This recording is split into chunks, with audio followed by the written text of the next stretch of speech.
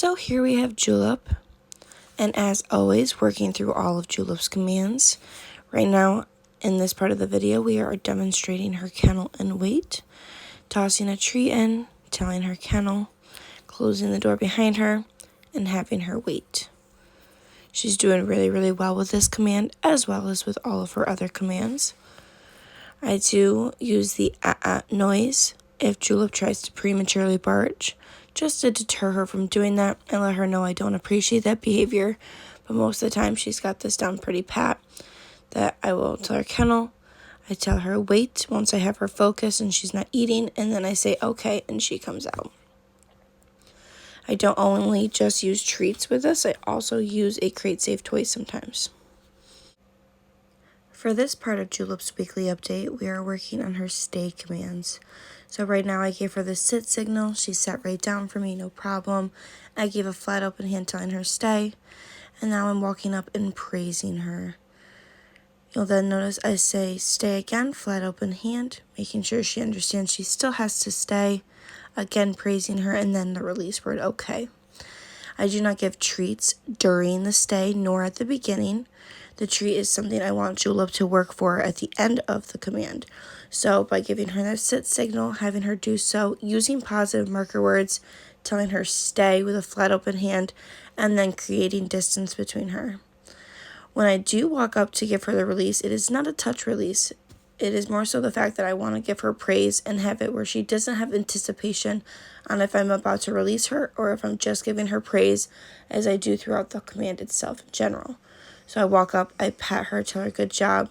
I get a little bit of distance, about a step away, and then I say okay in an excited tone of voice. So this is Julep working on that. She's doing really well with that. You'll notice if Julep goes to mess up, like her body language shows me that she's going to prematurely break away from this command, I will say And also, if she does break and gets up and kind of walks away, I say I pick her up, I take her back to the same spot, and I put her in that same position. The reason for putting Julep back into the same spot, same position, is so she understands she can't just break away when she wants to. If I were to sit there and try to lure her back into a sit or a down, then it's going to kind of go over her head what I was originally asking of her. So just getting her back to the same spot, same position. You'll notice that I've turned my back to Julep, things like that, breaking eye contact, trying to set her up to kind of mess up so this way we can work through it. And she understands that even the change in my body language means she has to follow through. This is all the same for the downstay. So I had told her stay. Once I tell her stay, she has to go back into that down. So right now she's kind of laying on her back. Down is a structured position, so I have to wait till she's on her belly. This doesn't just go for the fact of the down stay and her being on her back. It also is for when she is in a sit stay and she kind of lays down. I then want to walk over and pick her up and put her back into that sit, because she is in a sit stay. Sit stays and down stays are structured.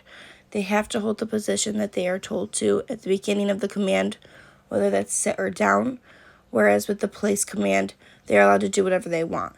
So again, a sit stay and a down stay are far more structured than the place command.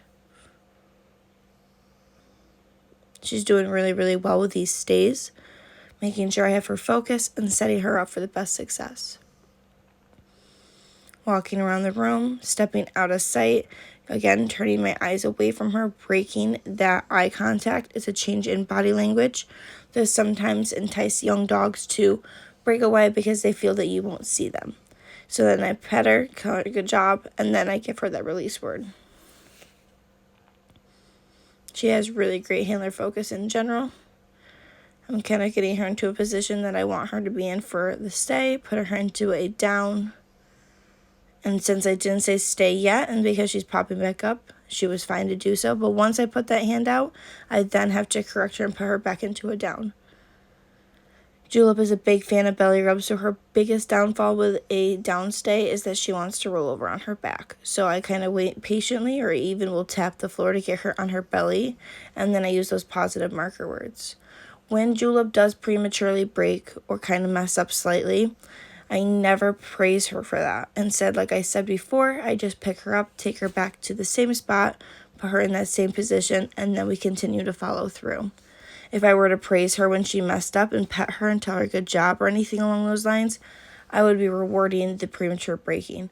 So right there, she messed up. I pick her up, put her back in the same spot, same position, and start over with that stay command. She is a very, very fun pup to work with. Has a great excitement level and loves to work. Very food motivated as well as praise driven though. So here we are, just continuing to strengthen it.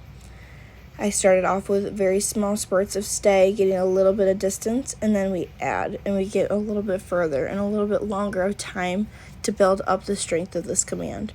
Walking around her, sometimes this entices a puppy to stand up or turn around in a sit position when you walk behind them. So that she's doing very good with this by having me walk behind her and her just watching. I did open the kennel because it is one of her favorite commands. She loves the kennel and wait command. So when I opened that kennel, she thought maybe she was going to get a free treat for going in there. Instead, I just followed through, took her back to that same spot, same position, and no matter what distraction I'm doing, whether it's the kennel or anything along those lines, I then want to repeat that action that made her break so that she understands she has to follow through. So here I am, praising her, giving the release word, and moving on. Now I'm giving her a sit and a down, always ending on her strongest commands. We always want to end on a good note with our sessions on what it is we were working on and her favorite commands. This way, her last memory of training is always a positive one. And then, of course, a little bit of fun after a training session. Julep loves to naturally retrieve and play fetch. I tell her bring it, she brings me the ball. I tell her drop it, and she gives it right to me. She is a very, very fun, spunky puppy. Great energy level, not too much. Has a great off switch. But yeah, she has no problem hanging out with you all day and keeping up.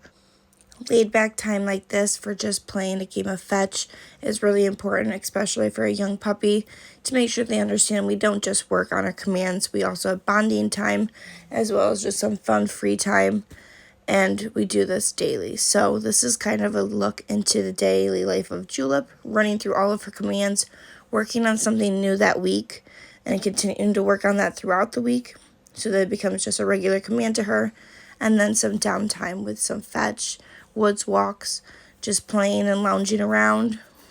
Had to show her where the ball went. She's super fun and super goofy.